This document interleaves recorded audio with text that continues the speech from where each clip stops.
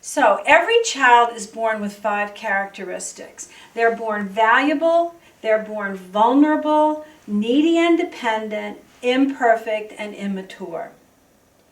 Now, if these characteristics are not honored for a child throughout their childhood, then what happens is they get skewed to one side or the other. They either try to ignore the characteristic, or they overuse the characteristic. Let me explain. If a child's value is not honored, then a child can either grow up feeling less than or acting superior than. Both are the same sides of the same dysfunction. Acting less than, feeling less than, never knowing their own worth, or acting superior because they don't want to touch into what's underneath that feeling of low self-esteem. If a child's vulnerability is not honored, then what a child goes up with is either a wall and allowing themselves never to let people in, or to become doormats for others, to not know how to honor themselves, not know how to set boundaries. If their needs and dependencies are not honored for a child, then they grow up either not allowing themselves to have any needs. I'll do it myself. I'll take care of it myself. Don't let anybody in. Don't let anybody help me. Or grow up like clinging vines. The needs can never, ever be satisfied.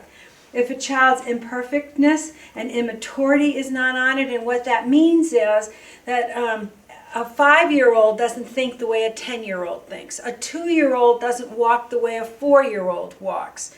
The imperfectness and the immaturity, the emotional ability grows as the child grows, but in the beginning, if it's not honored, if it's not honored all along the way, what happens here is that a child who's not allowed to have been imperfect, who's expected at some crazy kind of standards from an adult who doesn't understand about children, they grow up not allowing themselves to ever be a beginner, to ever be new at anything. They feel like they have to know it before they even get there. Lots of oldest children are in this kind of category.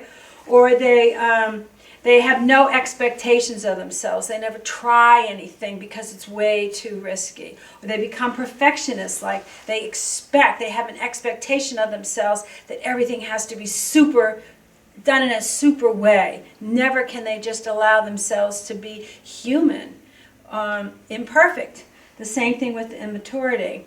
Lots of times for kids whose immaturity is not recognized, they have been expected, growing up in dysfunctional families, they have been expected to do adult kinds of responsibilities. They've been given age-inappropriate jobs to do or expectations. They expect that of themselves, especially if they were bright kids who were good in school, who did well academically. They didn't allow themselves or understand that their emotional selves could be very immature, not age-appropriate at all. If all these are not honored, we grow up skewed in one direction or the other. Health is always somewhere right down the middle, and valuable is always a part of it. Now, the reason I say this to you as an adult is that when we do anything new, anything brand new, like even go into a grocery store, we become as a child again.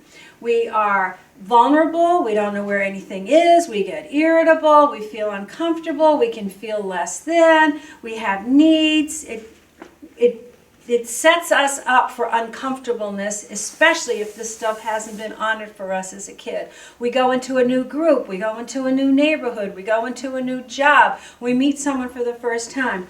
All this stuff bubbles up for us, and however we learn to deal with it as a kid, that's now how we're either dealing with it as an adult or covering up for it as an adult. But always, always, always, there is valuableness. We have valuableness whether we're new at something, whether we're old at something, whether we know how to do something well or we don't know how to do it at all. This is consciousness. Consciousness is when you get, this is an example of my desire to have everyone understand consciousness for themselves. That when you get how your childhood landed on you, you get how it's playing out for you in your life today.